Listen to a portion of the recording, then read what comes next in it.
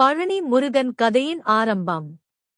ஒருநாள் நாரத முனிவர் கைமேல் ஒரு அற்புதமான ஞானப்பழம், ஞானத்தினைக் குறிக்கும் மாம்பழம் வைத்துக் கொண்டு கைலாய பர்வதத்திற்குச் சென்றார். அங்கே பரமசிவபெருமான், பார்வதி தேவி மற்றும் அவர்களது புதல்வர்கள் முருகன் மற்றும் விநாயகர் அமர்ந்திருந்தனர்.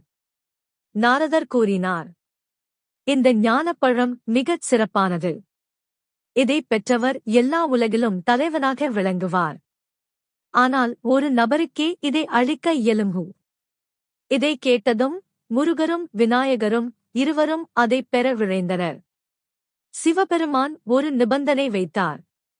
யாராவது உலகத்தை முழுவதும் சுற்றி வந்தால் அவருக்கே இந்த ஞானப்பழம்.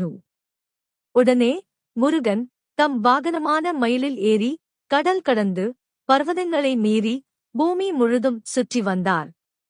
ஆனால் விநாயகர் என்ன செய்தார்? அவர் தம் தாயும் தந்தையுமான சிவபார்வதிகளைச் சுற்றி வந்தார்.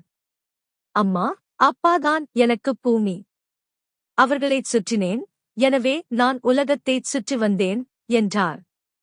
அவரது ஞானத்திற்கும் அடக்கத்திற்கு பரமசிவன் மிக மகிழ்ந்தார். அதனால் ஞானப்பழம் விநாயகருக்கே வழங்கப்பட்டது. இதை அறிந்த முருகன் தன் நெஞ்சம் சிரிந்தெடுத்துப் போனான். எனது முயற்சி மதிப்பீடு பெறவில்லை, எனக்கு இங்கு இடமில்லை என்று கூறி அவர் பழனி மலையை அடைந்து வாழத் தொடங்கினார். அங்கே அவர் தம் தந்தைக்கு கடும் கோபத்துடன் நின்று, ஞானம் வேணும் என்றால் பழனிக்கு வாருங்கள் என்று அறிவித்தார். அப்பொழுதிலிருந்தே அவர் தண்டாயுதபாணி என அழைக்கப்பட்டார். தம் கையில் ஒரு தண்டத்தை ஏந்திய பால விக்கிரகத்தில் காட்சியளித்தார்.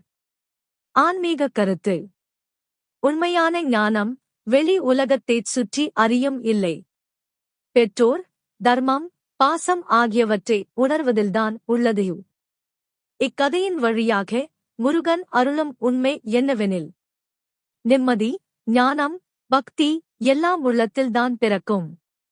வீடியோ பிடிச்சிருந்தால் லைக் பண்ணுங்க, கமெண்ட் பண்ணுங்க, ஷேர் பண்ணுங்க. முருகனுக்கொரு ஹரோஹரா சொல்லிட்டு ஆதரவு கொடுங்க.